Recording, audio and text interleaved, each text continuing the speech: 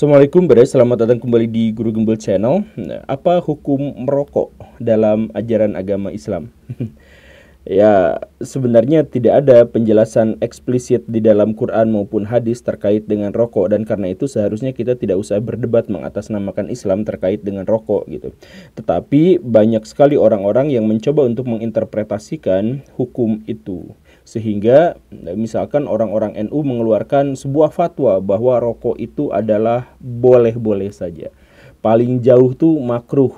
Makruh dalam artian kalau misalkan dianggap merusak tubuh, kemudian mengganggu orang lain dan sebagainya. Tetapi hukum dasarnya itu adalah boleh karena tidak ada dalil tegas yang mengharamkannya, dan bahwa kalaupun ada bahayanya cukup bisa ditolerir oleh tubuh gitu. Ada lebih banyak misalkan hal-hal yang merusak tubuh daripada rokok, kayak gula dan lain sebagainya. Atau misalkan kalau kita berjalan-jalan naik motor ke jalan raya selama 1 jam, maka asap-asap kendaraan bermotor itu sebenarnya juga lebih berbahaya daripada rokok yang kita hisap. Sehingga kalau misalkan rokok itu cukup berbahaya, maka seharusnya perjalanan naik motor juga lebih berbahaya lagi dan harusnya lebih diharamkan lagi. Harusnya pakai masker dan sebagainya. Gitulah argumentasinya, sebenarnya cukup panjang.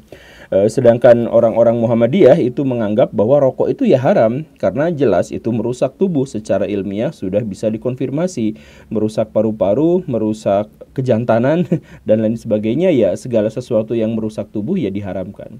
Begitu kurang lebihnya. Nah, karena orang-orang Muhammadiyah dan orang-orang NU itu memenuhi MUI, maka MUI di situ juga bingung.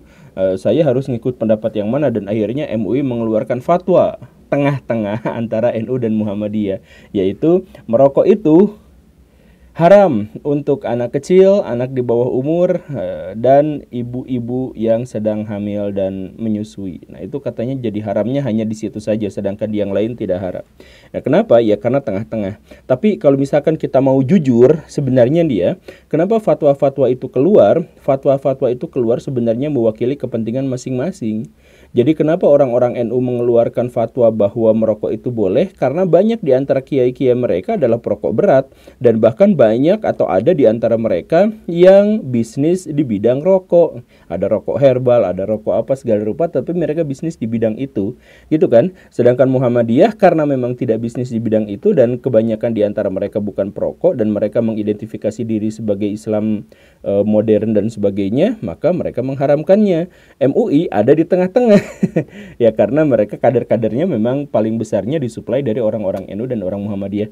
Dari sini bisa kita ketahui bahwa fatwa itu sebenarnya merepresentasikan kepentingan mereka daripada agama mereka.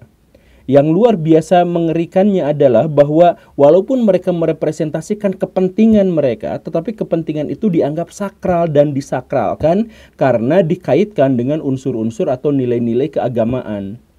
Jadi karena itu adalah fatwa terkait dengan hukum syariah yang itu bawa nama Islam, walaupun itu dikeluarkan berdasarkan kepentingan pribadi atau kepentingan kelompok mereka, tetapi kepentingan itu kemudian dianggap sebagai sesuatu yang sakral. Orang-orang NU lalu mengatakan bahwa ini fatwa dari kami yang mengatakan dalam Islam merokok itu boleh, kata Muhammadiyah tidak boleh gitu. Ngerti kan maksudnya? Nah, kalau misalkan sebuah fatwa itu sudah disesuaikan dengan kepentingan-kepentingan pribadi, dan kepentingan pribadi itu kemudian disakralkan, maka konsekuensinya adalah agama atau sesuatu yang dianggap menaunginya itu kemudian akan dirusak atau dilecehkan. Kemudian yang kedua, orang-orang yang menggunakan dalil-dalil yang disakralkan itu pada akhirnya juga akan mandeg. Ini sebenarnya alamiah, maksudnya kebanyakan orang memang berusaha untuk mengglorifikasi kepentingannya sendiri gitu, menganggapnya sebagai sesuatu yang sakral. Kalau mungkin itu dikaitkan dengan agama, itu bisa saja terjadi gitu. Jadi misalkan ada orang-orang yang fakir miskin gitu ya, kemudian kenapa kamu miskin? Nah, itu kemiskinannya biasanya diglorifikasi dengan pernyataan-pernyataan atau klaim-klaim agama. Misalkan, ya saya mah mengejar akhirat bukan mengejar dunia, ngapain juga kan nanti kalau misalkan saya kekayaannya banyak nanti hisabnya menjadi susah dan sebagainya gitu. Jadi ada upaya-upaya dari kebanyakan manusia untuk menjadikan kepentingan-kepentingan dirinya sendiri atau sesuatu yang dilakukan dirinya sendiri itu disakralkan, diglorifikasi, dikaitkan dengan unsur-unsur keagamaan, sehingga mereka memiliki alat untuk defense terhadap serangan dari pihak lain gitu. Biasanya kan seperti itu, dan itu sekali lagi itu umum. Cuman dampaknya adalah bahwa agama yang terkait itu biasanya tidak akan bisa berkembang, dan orang yang dimaksud juga pada akhirnya akan menjadi terjebak pada keterbatasan-keterbatasan. Karena apa? Karena ya sudah, kan dirinya sudah ada di level itu, tetapi di level itu dianggap sebagai sesuatu yang sakral, sesuatu yang bagus, sesuatu yang dikaitkan dengan agama. Ya udah, gak bisa dikritik, gak bisa diapa-apain gitu kan. Banyak orang-orang yang kemudian mengglorifikasi kepentingannya untuk urusan-urusan agama. Atau misalkan contoh yang lain yang saya bilang ini wajar gitu ya. Kemarin lalu itu kan ada tukang kaos yang bikin kaos timnas itu dikritik sama banyak pihak sebenarnya, tetapi salah satu yang kemudian center itu adalah Coach Justin. Coach Justin itu kan mengatakan bahwa ini bahannya gak bagus, ini gini-gini dan sebagainya gitu. Itu kan sebenarnya kritik terhadap produk itu gitu. Tetapi kemudian salah seorang dari orang yang bikin desainnya itu marah-marah, kemudian mengatakan siapa sebenarnya Coach Justin, itu cuma cari panggung doang, dia nggak ngerti apa-apa soal kaos juga, tetapi soal ngomong, ya itu wajar lah, dia kan lagi cari makan dan sebagainya gitu ya.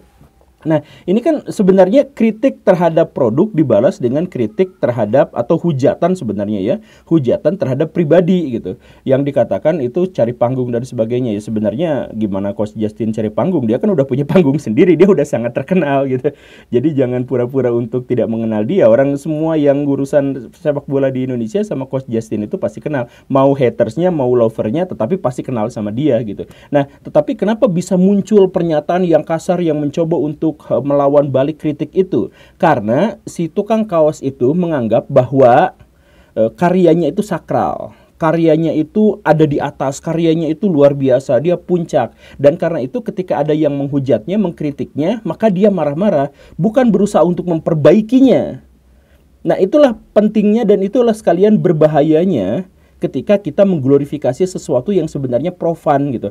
Kalau misalkan ada karya sendiri, interpretasi sendiri, pendapat sendiri, ide dan gagasan sendiri gitu ya, itu tidak sakral. Kalau misalkan kita anggap itu sakral, kemudian ada yang mengkritiknya, kita bakal marahin dia, sehingga apa? Produk kita, gagasan kita, karya kita tidak bisa berkembang karena anti kritik. Makanya sangat penting untuk tidak mensakralkan pendapat pribadi. Nah, tapi sayangnya itu di Indonesia itu banyak pendapat-pendapat dari orang yang entah itu namanya ulama, entah itu namanya habib, entah itu namanya presiden dan sebagainya, diglorifikasi sedemikian rupa sehingga tidak boleh dikritik. Kalau dikritik maka itu akan kualat, itu akan jelek dan sebagainya. Dampaknya justru pada pihak yang itu, karena pihak itu pada akhirnya tidak bisa berkembang. Sekarang coba Baraya bayangkan ya. Kan kalau misalkan kita mengglorifikasi atau mensakralkan sesuatu, itu sakral itu kan ada di atas, ada di puncak. Begitu kan?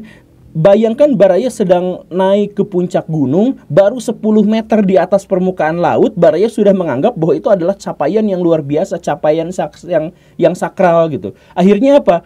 Setiap ada yang mengatakan, "Oi, ayo naik lagi ke atas." Kata siapa? Saya sudah ada di paling atas. Saya kan sakral, saya kan glorifikasi, ya semacam itu gitu. Akhirnya apa? Ya udah mentok hanya sampai 10 DPL itu aja, gak bisa naik sampai yang lebih tinggi lagi. Jadi ketika Baraya mengglorifikasi ide, gagasan, pikiran, interpretasi, hasil karya dan sebagainya, maka Baraya akan berhenti untuk berkembang, Baraya akan berhenti untuk naik. Karena apa? Karena tidak boleh ada yang mengkritik itu. Udah aja selesai sampai di situ. Makanya please Baraya, buat orang-orang nih, teman saya banyak yang mengglorifikasi Saudi Arabia gitu. Misalkan banyak orang-orang yang kayak gitu di Indonesia itu banyak, bahkan ustadz-ustadz itu banyak gitu. Jadi kalau misalkan ada kritik terhadap Saudi Arabia, mereka langsung, Saudi Arabia jauh lebih baik gini, mengglorifikasi sesuatu yang profan semacam itu. Akhirnya apa? Membuat mereka mandek dan membuat pikiran kita juga mandek. Karena apa? Karena anti kritik. Kan kritik itu sebenarnya adalah bagian dari proses membangun itu. Bagaimana kita tahu masalah kalau misalkan kita tidak dengan cara mengkritik? Kan jadi mengkritik itu mengetahui masalah. Setiap ada masalah harus diselesaikan. Nah, kalau misalkan kita berhenti mengkritik, maka kita tidak akan bisa menyelesaikan masalah-masalah. Kan begitu. Nah, sekarang Baraya coba bayangkan bagaimana seandainya penyakit glorifikasi itu justru menyerang pada kader-kader pendidikan di Indonesia, yaitu guru.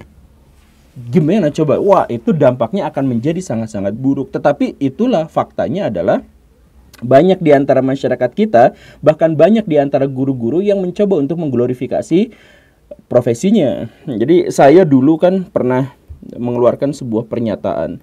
Dan pernyataan itu saya pikir adalah sesuatu yang baik-baik saja, tetapi kemudian saya diserang segala rupa gitu, dan itu menjadi salah satu yang membuat saya dalam tanda kutip untuk beberapa pihak dikucilkan gitu. Jadi saya mengatakan bahwa kenapa guru-guru di Indonesia itu dibayarnya murah? Karena hampir semua orang bisa jadi guru. Kalau misalkan Baraya datang ke sekolah-sekolah, banyak orang-orang yang pengangguran, yang tidak bisa apa-apa, akhirnya ngelamar jadi guru dan diterima. Karena apa? Karena guru-guru tidak diajarkan untuk memiliki kompetensi sebagai pendidik. Gak diajarkan retorika, gak diajarkan menguasai kelas dan sebagainya. Kebanyakan yang diajarkan itu adalah administrasi, yang dulu saya katakan itu seperti itu gitu. Nah, karena guru-guru tidak memiliki kompetensi, atau guru-guru tidak lulus ke uji kompetensi, atau guru-guru itu rendah kompetensinya, nah maka apa? Maka dibayarnya menjadi sangat murah. Dari mana kita mengetahui bahwa guru-guru itu tidak memiliki kompetensi? Dulu argumentasi saya adalah, kalau misalkan pilot pesawat terbang itu kemudian diturunkan menjadi guru di sekolah, maka semua orang akan mempersilahkannya, membolehkannya. Tetapi ketika guru kelas maju sebagai pilot, disuruh mengendalikan pesawat, maka tidak akan ada seorang pun yang mengizinkannya. Kita sepakati itu kan. Kalau misalkan ada dokter yang turun ke kelas untuk mengajar, maka semua orang akan mempersilahkannya. Tetapi kalau misalkan guru datang ke tempat operasi untuk menangani masalah-masalah medis, tentu saja itu akan diharamkan. Kan begitu, kita sudah mengetahui itu. Nah, kenapa seperti itu? Karena tidak ada kompetensi yang pasti dan jelas terkait dengan guru-guru, sehingga siapapun boleh datang ke situ. Nah, itu kan argumentasi saya. Karena sudah seperti itu, maka guru-guru dibayar murah, karena siapapun boleh mengajar. Faktanya begitu, walaupun teorinya seharusnya tidak seperti itu. Seharusnya guru memiliki kompetensi pedagogi, kompetensi pribadi, kompetensi sosial, kompetensi profesional dan sebagainya. Oke, iya itu di dunia teori, tetapi praktekannya tidak seperti itu. Nah, ketika saya mengajukan kritik itu banyak sekali orang-orang yang marah. Karena apa? Karena guru dianggap sakral, guru diglorifikasi. Dari mulai rektor universitas, stand up comedy, sampai semuanya itu marah sama saya. Mereka kemudian mengatakan dengan argumentasi yang sangat-sangat jadul gitu, argumentasi yang template. Tidak mungkin ada profesor, tidak mungkin ada pilot, tidak mungkin ada dokter kalau tidak ada guru. Itu kan apa ya, itu dari zaman saya kecil sampai sekarang argumentasi itu masih dipakai. Jadi kalau misalkan ada sebuah argumentasi yang dipakai di mana-mana dan kalimatnya itu saja, maka itu sebenarnya bukan argumentasi, itu doktrin. Coba kalau misalkan mereka mengatakan seperti itu, kemudian saya bantah gitu ya. Mana yang lebih banyak di Indonesia, koruptor atau dokter? Ya tentu saja lebih banyak koruptor. Nah, kenapa si guru-guru itu tidak mengklaim bahwa tidak akan ada koruptor tanpa guru-guru gitu? Kenapa mereka hanya mengaitkan sesuatu yang positif saja terkait dengan keguruan atau hasil dari kerja keras guru gitu? Pilot diklaim bahwa itu gara-gara guru, profesor diklaim bahwa itu adalah gara-gara guru. Tetapi kenapa koruptor tidak dianggap? Karena apa? Karena mereka mengglorifikasi profesi mereka gitu. Sehingga mereka menolak untuk mengatakan sesuatu yang buruk dikaitkan dengan dirinya, dan mereka hanya mau mengaitkan dirinya dengan sesuatu yang baik-baik saja gitu. Itu masalahnya tuh di situ gitu. Kenapa? Kan koruptor itu adalah hasil dari pendidikan.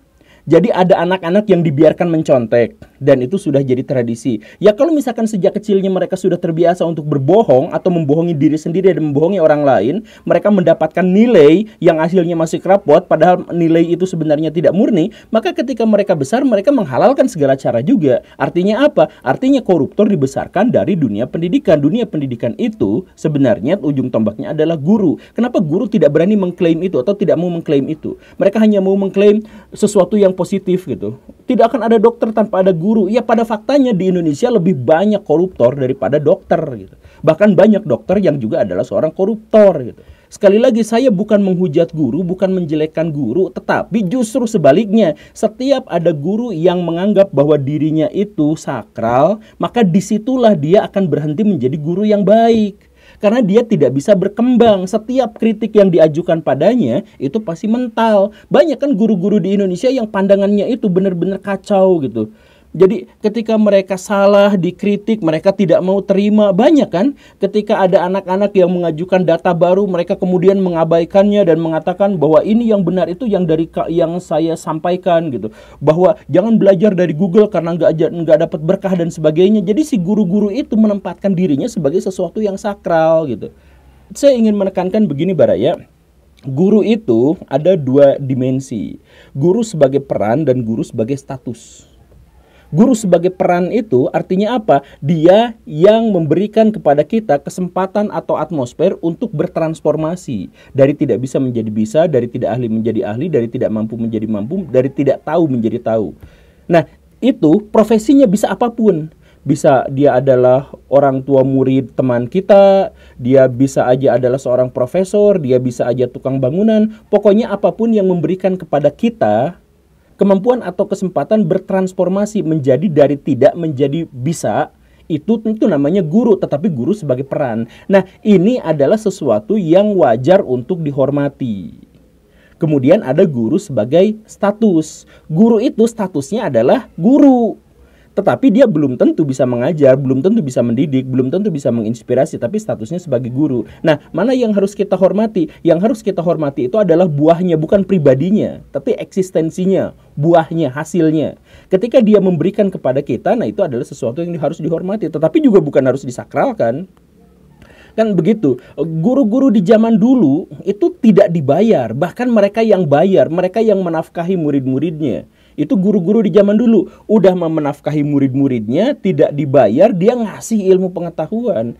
Maka banyak orang di zaman dulu yang kemudian mensakralkan guru. Sekarang guru sebagai profesi.